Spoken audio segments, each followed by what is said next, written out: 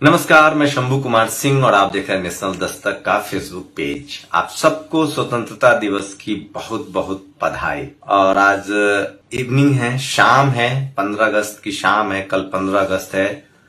पूरी दुनिया में भारत के स्वतंत्रता के बारे में बात होती है। पूरा देश सेलिब्रेट करेगा और आप सबको स्वतंत्रता दिवस की पूर्व संध्या पर बधाई। और हम सब मैं आपसे अपील करता हूं कि इंडिपेंडेंस को जरूर मनाएं, स्वतंत्रता दिवस को जरूर मनाएं, तिरंगे को जरूर मनाएं, क्योंकि इस देश में अगर हम बेहतर मुल्क बन पाए हैं तो वो डेमोक्रेसी की वजह से, वो संविधान की वजह से। और बहुत कुछ करने की जरूरत है, लेकिन पिछले 70 सालों में हमने बहुत कुछ पाया है। तमाम तकलीफों की बात तो वो भी संविधान की वजह से। हम एक देश में यहाँ हजारों भाषा, हजारों प्रांत हैं, उसके बाद भी हम एकजुट हैं तो एक संविधान की वजह से। तो मैं पहले जब हाई स्कूल में था, ग्रेजुएशन में था, तो उस समय बहुत सारे अखबार पढ़ता था। तो इतनी आलोचना जो जातिवादी मनुवादी मीडिया है वो कैसे हेडिंग्स लगाती थी, अब नहीं लगाएगी क्योंकि अब सरकार अलग है। स्वतंत्रता दिवस से क्या मिला, अभी भी गरीबी है, भुखमरी है, लाचारी है। उसने कभी सरकारों पर सवाल नहीं उठाए कि स्वतंत्र भारत में जो सरकारें बनी उसमें डाइवर्सिटी है कि नहीं। सोचिए, अगर स्वतंत्रता नहीं मिलती हमें। पहले तो स्वतंत्रता दिवस पर बता दूं कि स्वतंत्रता की लड़ाई में हमारे पुरखों ने लाखों, हमारे जो बाप दादा थे वो शहीद हो गए। बहुत खुशकिस्मत लोग थे जो शहीद हुए और समाज उनका ऋणी है। उसमें भी बहुत खुशकिस्मत लोग थे जिनके नाम को हम जानते हैं, चाहे वो सरदार भगत सिंह हो, चाहे वो चंद्रशेखर आजाद हो, चाहे सुभाष चंद्र बोस हो, चाहे वो गांधी हो, चाहे सरदार पटेल हो, चाहे राजेंद्र प्रसाद हो। लेकिन डॉक्टर अंबेडकर की भूमिका और तमाम बहुजन लोग जो गली गली मोहल्ले मोहल्ले में, उदा देवी पाशी हो, ऐसे हजारों नाम हैं जिनको इतिहास में जगह नहीं मिली, जिनके साथ इतिहास में भेदभाव हुआ। तो मैं क्या, आजादी की जब पूरी लड़ाई आप देखेंगे तो हम आज भी सिपाही हैं, उस समय भी सिपाही थे, चाहे मतादीन भंगी के रूप में।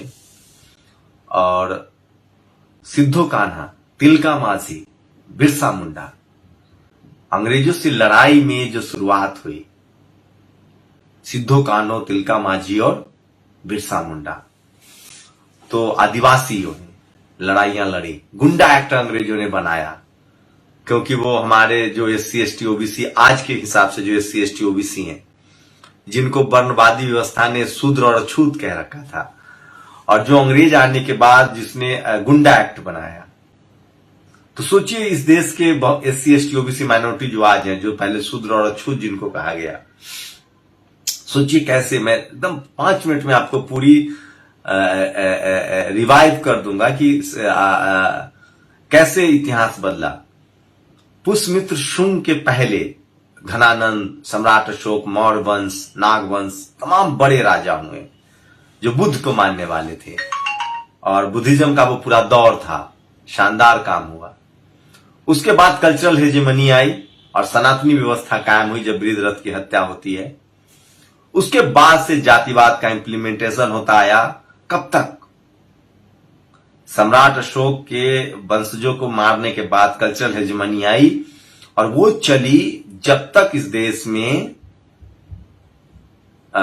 मुगल नहीं आए। जो आज आप अफगानिस्तानी सुन रहे, छोटे छोटे कबीलाई थे, वो आए और यहाँ के ब्राह्मण और राजपूत राजाओं को रौंद गए। इसकी वजह क्या थी? वो देश जो सिकंदर से नहीं हारा, वो देश जो सोने की चिड़िया थी, वो देश जहां 17 यूनिवर्सिटियां थी, नालंदा, तक्षशिला, विक्रमशिला, वो देश जहां तिजारत होती थी, दरवाजे पर क्यों रौंदा गया? क्योंकि जो इस बीच की जो कल्चरल आई, जो बृहद्रथ के बाद और मुगल के बीच के जो राजा रहे, वो उन्होंने जातिवाद को पनपाया और लोगों को बांट दिया। कौन हथियार बनाएगा, कौन खेती करेगा, कौन कुछ करेगा ही नहीं। तो भाईचारा खत्म हुआ, समाज टूट गया और छोटे छोटे कबीले आए और हम पर कब्जा कर लिए। उसके बाद अंग्रेज आ गए, क्योंकि मुगलों ने भी वही व्यवस्था बनाए रखी, तो अंग्रेजों ने कब्जा कर लिया। लेकिन अंग्रेजों ने थोड़ा सा, क्योंकि वो यूरोप से थे और उन्होंने उपनिवेश करना था, तो उन्होंने स्कूल के दरवाजे खोल दिए सबके लिए। फिर अंग्रेजों के खिलाफ आंदोलन करने लगे। तो सोचिए, जो लोग उस समय सत्ता में थे या पढ़े लिखे थे, वो किसी भी तरह के गुलामी के खिलाफ नहीं थे। वो मुगलों से नहीं लड़ रहे थे, क्योंकि वो मुगलों ने उनको गुलाम बना रखा था, उन्होंने बहुजनों को गुलाम बना रखा था। भाई क्यों कह रहा हूं वो बताऊंगा। उसके बाद अंग्रेजों ने मुगलों को गुलाम बनाया और यहां के जो जमींदार थे उनको गुलाम बनाया। लेकिन अंग्रेजों ने एक गलती कर दी। अंग्रेजों ने मुगलों को यहाँ के राजपूत राजाओं ने नहीं खत्म किया है। बहादुर शाह जफर का पूरा देखिए, वो अंग्रेजों ने खत्म किया। यहाँ के जो सवर्ण थे, जो पढ़े लिखे थे, उन्होंने इसलिए खत्म नहीं किया क्योंकि जो मुगल थे वो इनके धार्मिक और जातीय मामलों में दखल नहीं देते थे। लेकिन अंग्रेजों ने ऐसा नहीं किया, अंग्रेजों ने दखल देना शुरू कर दिया। बुद्ध की जो परंपरा थी उसको कबीर और संत शिरोमणि रविदास जी महाराज आगे बढ़ा रहे थे, और अंग्रेज आए और उन्होंने इनके जाति व्यवस्था में जब उंगली डालना शुरू किया तो वहां से फूले निकलते हैं। साहू जी महाराज निकलते हैं जो शिवाजी के वंशज थे। पेशवा का वो दौर है पूरा, जो जातिवाद का सबसे घिनौना शासक, जिसको भीमा कोरेगांव से खत्म किया गया। तो बाबा साहब क्या कर रहे थे? बाबा साहब अंग्रेजों से भी लड़ रहे थे और जातिवाद के भी खिलाफ लड़ रहे थे। इसलिए उनकी दोहरी मार थी। जैसे आज भी SC ST OBC को अपना घर भी चलाना है और समाज को भी कंट्रीब्यूट करना है, ये दोहरी मार है। तो ये चला, लेकिन उसके बाद भी हमारे पुरखों ने ये नहीं सोचा। सोचिए, एक कोट करता हूं, मोहम्मद अली को जब कहा गया वियतनाम युद्ध में जाने के लिए, तो मोहम्मद अली ने कहा कि मैं उन लोगों को क्यों मारूं जिनको मैं जानता नहीं, मैं पहले उनको मारूंगा जिन्होंने मुझे गुलाम बनाया। मतलब वो श्वेतों के बारे में कह रहे थे। लेकिन हमारे पुरखों ने, जिन्होंने हमें आज तक गुलाम बना रखा है, आजाद देश में भी जिन्होंने हमें जातिवाद का गुलाम बना रखा है, उसके खिलाफ विद्रोह नहीं किया। वो कहे कि ठीक है, हम आपके हिसाब से लड़ेंगे, और अंग्रेजों से लड़े, फांसी चढ़े, गोलियां खाए। आप पूरा अंग्रेज का इतिहास देखिए। अंग्रेजों के यहां सेना कौन थे, सेना में बड़े बड़े पदों पर कौन गए, सेना में कौन लोग थे। बाबा साहब ने दोहरी लड़ाई लड़ी। आजाद गुलाम देश में सारे अधिकार दिलाए भारतीय लोगों को। वो कलम की लड़ाई लड़ रहे थे। मैटरनिटी लीव दिलाए, काम के घंटे कम करवाएं, और वो अपने शोषित वंचित समाज जो इनके गुलाम थे उनकी भी लड़ाई लड़ रहे थे। दोहरी लड़ाई लड़ रहे थे वो। तो आजादी हमें तब मिली, और आज भी हमारी सत्ता में भागीदारी नहीं है। कई लोग कहते हैं कि गोरे अंग्रेज चले गए, काले अंग्रेज बचे रह गए। लेकिन हमें फिर भी जो भी मिला है वो स्वतंत्रता के बाद ज्यादा मिला है, क्योंकि स्वतंत्रता के बाद बाबा साहब को संविधान बनाने का मौका मिला, एक डेमोक्रेटिक सिस्टम आए, और हमें इसको बनाए रखना है। क्योंकि हमें अब अशोक का दौर आ नहीं सकता है, और हम चाहते भी नहीं है। सबसे बढ़िया व्यवस्था डेमोक्रेटिक सिस्टम होता है, और भारत का संविधान बहुत शानदार है अगर उसको लागू करने वाले लोग जो हैं उसको अच्छे से इंप्लीमेंट करें। तो स्वतंत्रता दिवस को शानदार तरीके से मनाइए, तिरंगे का सम्मान कीजिए। तिरंगा हमारी शान है। उन लोगों को छोड़ दीजिए। कुछ लोग हैं इस देश में जो संविधान से नफरत करते हैं, कुछ लोग हैं जिन्होंने सालों तिरंगा नहीं फहराया है, उनको अपना धार्मिक प्रतीक ज्यादा पसंद था। लेकिन मैं फिर कह रहा हूं, आपका निजी हो सकता है, धार्मिक प्रतीक सबका हो सकता है। पंचशील बुद्धिज्म का है, निशान साहेब सिखों का है, गुरु नानक साहब का है, भगवा आज के डेट में जो पहले बुद्ध का था वो सनातनियों का है। उसका सम्मान है, आप अपने अपने घरों पर फहराइए। लेकिन तिरंगा वो देश का सम्मान है। हम देश हैं, हम सब एकजुट रहेंगे तभी मजबूत देश बनेंगे। उत्तर दक्षिण पूरब पश्चिम, मराठा द्रविड़ कन्नड़ हिंदी, सबको एक हम लोग किस लड़ाई को लड़ रहे हैं? आजादी के इतने सालों बाद हम चाह रहे हैं कि जाति के आधार पे और लिंग के आधार पे डिस्क्रिमिनेशन ना हो। अभी अफगानिस्तान में तालिबान आ रहा है, आप सब टीवी पर देख रहे हैं। जो यहाँ के जो सवर्ण हिंदू है उनको नफरत है तालिबान से, लेकिन वही यहां एक धर्म विशेष का कब्जा चाहते हैं। कैसे होगा? दुनिया के दूसरे देशों में धार्मिक कर्मकांड फैल रहा है तो आपको प्रॉब्लम है, लेकिन भारत में आपको चाहिए। बाबा साहब यही कहते थे, एक देश तब तक बेहतर देश नहीं हो सकता, एक समाज तब तक बेहतर समाज नहीं हो सकता जब तक वो डेमोक्रेटिक ना हो और जहां सबको बराबरी का अधिकार ना हो। तो स्वतंत्रता दिवस जो है वो हमें ये सब कुछ दे कर गया। हमारे लाखों पूर्वजों ने कुर्बानियां दी हैं। ये हमारा मुल्क है, हमें इसे बेहतर बनाना है और मुल्क में जो भी गड़बड़ियां हैं उसको ठीक करते हुए बेहतर बनाना है। लेकिन जब किसी विदेशी से पाला पड़े, जब किसी पाकिस्तान या चीन से पाला पड़े, तो हमें साथ रहना है, डटकर खड़े रहना है। लेकिन ये उन लोग की जिम्मेदारी है जो इस देश में सत्ताधीश हैं, जो मीडिया में है, जुडिशियरी में है, ब्यूरोक्रेसी में है, उनको समझना है। अब मैं एक बात और आता हूं, कैसे ग्रेजुएशन तक बाबा साहब की कहीं चर्चा नहीं हुई। आज मोदी जी ने एक पोस्टर जारी किया है, मैं चाहता हूं वो पोस्टर मैं आपको दिखाऊं, बहुत जरूरी पोस्टर है और उसमें बाबा साहेब अम्बेडकर को जगह दी है। लेकिन किस तरह से लोग गाली गलौज कर रहे हैं, आप कल्पना नहीं कर सकते हैं कि किस तरह से लोग गाली गलौज कर रहे हैं। और आप कल्पना नहीं कर सकते हैं कि जातिवाद का जहर किस तरह से लोगों के दिमाग में भरा है कि डॉक्टर अंबेडकर स्वतंत्रता सेनानियों को गाली दिया जा रहा है और उसमें तस्वीरें सबका डाइवर्सिटी रखी गई है। और एक चीज आज जो प्रधानमंत्री ने ऐलान किया, मैं उससे सहमत नहीं हूं निजी तौर पे, लेकिन अब चूंकि वो हैं, उनका वो सत्ता में है, बहुत सारे फैसले करते हैं। आज उन्होंने विभिषका जो भारत पाकिस्तान का बंटवारा हुआ, वो दर्द, वो घाव, उसके लिए भी कहीं कौन जिम्मेदार है वो सब जानते हैं। वो घाव, वो दर्द, उसको याद करने की जरूरत नहीं है, उसको सेलिब्रेट करने की जरूरत नहीं है, उसको पाटने की जरूरत है। बहुत लोगों ने अपने को खोया है उस दर्द, उस बंटवारे में। तो ये तस्वीरें दिखा रहा हूं आपको, देखिए तस्वीरें हैं और शानदार तस्वीरें हैं।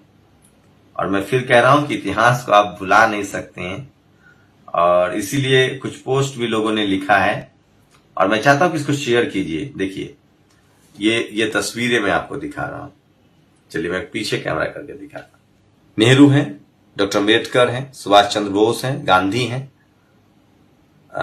पटेल साहब हैं, तिलक भी हैं, राजेंद्र प्रसाद जी हैं। और सोचिए कि और एक जो स्वतंत्रता सेनानी है, मुझे उनका नाम याद नहीं आ रहा है, माफ चाहता हूं उनको। और इसीलिए अशोक कुमार पांडे लिखते हैं कि इन चित्रों में ऐसा एक आदमी नहीं जो कभी आरएसएस में रहा हो। सोचिए सरकारी पोस्टर में आजादी का उत्सव मनाते हुए एक संघी की फोटो नहीं ढूंढ पाए। होता कोई संघी आजादी की लड़ाई में तब तो ढूंढते। ये इन पर एफआईआर कीजिए। और अशोक पांडे ने एक और ट्वीट किया है भगत सिंह को लेकर। आज का सवाल, भगत सिंह को जब फांसी हुई तो सावरकर ने उसका विरोध क्यों नहीं किया? हेडगेवार चुप क्यों रह गए? श्यामा प्रसाद मुखर्जी ने मुकदमा क्यों नहीं लड़ा? आरएसएस क्यों चुप रहा? 1947 से पहले हिंदू महासभा या आरएसएस के किसी नेता ने भगत सिंह को श्रद्धांजलि तक नहीं दी। और ये आईडी है नफरत की। और ये देखिए डॉक्टर अंबेडकर की तस्वीर जो पोस्टर में शामिल किया गया है, उसको लेकर किस तरह से नफरत के भाव हैं। ये कोई महिला है, गीतिका। और ये जो पोस्टर है, मैं माफी चाहता हूं कि इस पोस्टर में जो हमारी महिला स्वतंत्रता सेनानी है, मैं उनका नाम भूल रहा हूं, मेरे जुबान पर नहीं आ रहा है दिमाग। ये गीतिका है जो नफरत के भाव से भरी हैं और बाबा साहब के लिए अभद्र भाषा का इस्तेमाल कर रही है। इनको प्रधानमंत्री फॉलो करते हैं। तो सोचिए आजादी के 70 साल बाद भी ये लोग के मन में कितना जातिवाद भरा हुआ है। और स्वाति चतुर्वेदी ने भी ट्वीट किया है। और कुछ खबरें तो और भी है, पॉलिटिकल भी है, वो भी मैं करूंगा। लेकिन मैं फिर कह रहा हूं कि आजादी के जश्न को जाया मत होने दीजिएगा। हमें जो भी मिला है वो इस संविधान से और स्वतंत्रता के बाद मिला है और हमें कम से कम इस डेमोक्रेसी को मजबूत करना है, संविधान को मजबूत बनाए रखना है, तिरंगे का सम्मान रखना है। तो आप सबको स्वतंत्रता दिवस की पूर्व संध्या पर बधाई और इसको सेलिब्रेट कीजिए और नमन कीजिए उन तमाम लोगों का जिन्होंने अपनी कुर्बानियां दी हैं आजादी के लिए। और तभी हम एक देश बन पाए हैं और एक ऐसा देश है जहां किसी भी धर्म, किसी भी जाति, किसी भी संप्रदाय, किसी भी लिंग के लोगों को बराबर का अधिकार है। अगर कोई आपके साथ जाति के आधार पे, धर्म के आधार पे, लिंग के आधार पे, रंग के आधार पे भेदभाव करता है तो वो अपराध कर रहा है और उसकी सजा मुकर्रर है इस देश में। अब कुछ पॉलिटिकल खबरें बता दूं। SC ST OBC के लाखों स्टूडेंट नेट, MPhil, PhD करके घर बैठे हैं, नौकरियां नहीं मिल रही है क्योंकि उनको नौकरी देना नहीं है और इसीलिए एडहॉक सिस्टम लाया गया है। और उत्तर प्रदेश के मुजफ्फरनगर में बीजेपी विधायक उमेश मल्लिक को किसानों ने बहुत इंसल्ट किया, उन पर हमले की कोशिश की, बेइज्जत किया। ये ठीक नहीं है, उनसे विरोध जताइए, लेकिन हिंसा ठीक नहीं है। लेकिन ये उनको कौन समझाए जो पार्टी हिंसा के बुनियाद पर खड़ी है।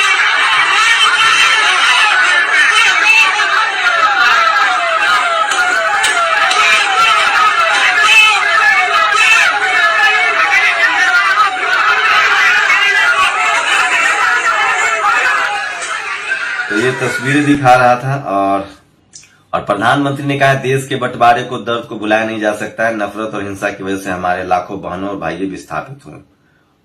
सोचिए, ये मतलब जख्म को कुरेद रहे हैं।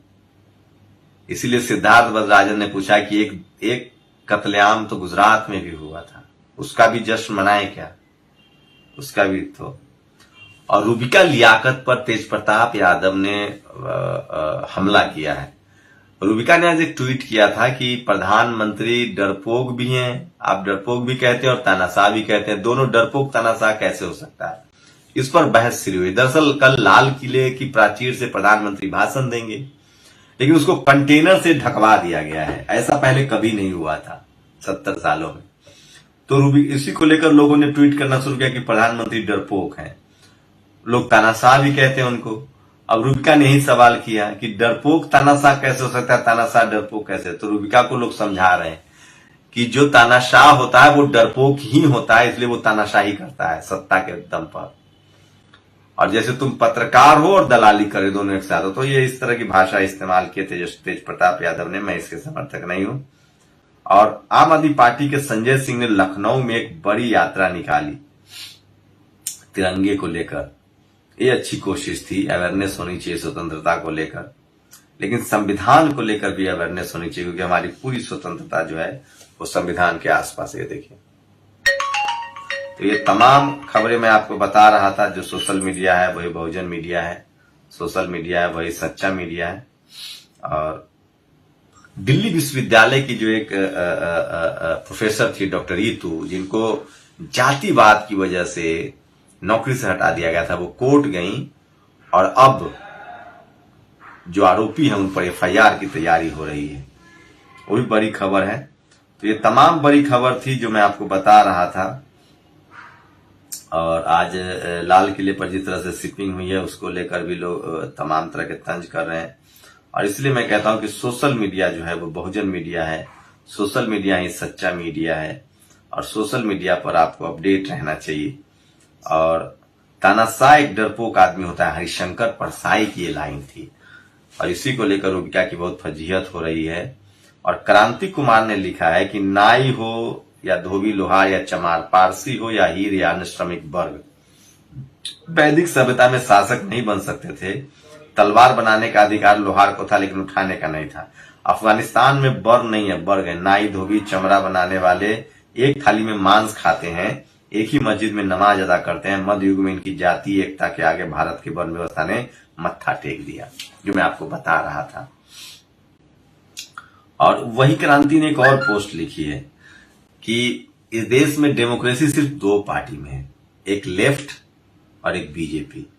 कभी वाजपेयी का युग था, कभी आडवाणी का युग था, मोदी युग है, कभी योगी युग हो सकता है, लेकिन बाकी जो बहुजन नेता है उनमें सिर्फ परिवार रहता है। इसलिए और यूपी में प्रिंसिपल की भर्ती का विज्ञापन समझिए, 290 पोस्ट है, कोई रिजर्वेशन नहीं है। रिजर्व कैटेगरी के कैंडिडेट कैटेगरी जरूर लिखें। ये कैटेगरी क्यों मांगी जा रही है? फेल करने के लिए। इस नियुक्ति में 10% सीटों में SC ST OBC तीनों को समेट दिया गया है। सवर्ण बीजेपी को वोट क्यों न दे? और भविष्य पुराण में वेद व्यास ने कहा कि एक दिन अंग्रेज युग आएगा, संस्कृत का लोप हो जाएगा, तब रविवार को संडे, फाल्गुन को फरवरी और षष्ठी को 6 कहा जाएगा। वेद व्यास की उम्र के बारे में कुछ नहीं कहना है। ये राजेंद्र प्रसाद सिंह की मारक टिप्पणी थी। और सोचिए कि मैं लगातार सोशल मीडिया पर आपको अपडेट कराता रहता हूं, और आर्मी कैंटीन पर कोटे पर चली कैंची।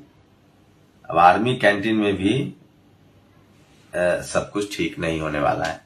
तो ये कुछ बड़ी खबरें थी जो मैं आपके लिए लेकर आया था। मैं फिर कह रहा हूं, स्वतंत्रता दिवस की आप सबको बधाई। 15 अगस्त को सेलिब्रेट कीजिए। लेकिन एक बात तो है, मैं वो मुद्दा भूल गया कि कैसे इस देश के जातिवादी और मनुवादी पत्रकार जो है गणतंत्र दिवस और स्वतंत्र दिवस पर इस देश की डेमोक्रेसी की आलोचना करते हैं। मैं फिर कह रहा हूं, शानदार संविधान है। अगर इसको लागू कर दिया जाए तो ये देश फिर से सोने की चिड़िया बन सकता है। आप लोगों की क्या प्रतिक्रिया, अपनी प्रतिक्रिया जोड़ दीजिए। और जब भी मौका मिलेगा आप लोगों से जुड़ने का मैं कोशिश करूंगा। तो क्या मेरी आवाज ठीक आ रही थी और आप लोग मेरी बातों से सहमत है, असहमत है? अपनी प्रतिक्रिया जरूर दीजिए। शुक्रिया। नेशनल दस्तक की आपसे गुजारिश है कि अगर इसको बचाना चाहते हैं तो नेशनल दस्तक को सब्सक्राइब करने के लिए रेड कलर के सब्सक्राइब बटन को दबाएं, फिर बेल आइकन की घंटी दबाएं। नेशनल दस्तक को बचाने के लिए बहुत जरूरी है कि हर खबर को शेयर करें, लाइक करें, कमेंट जरूर करें।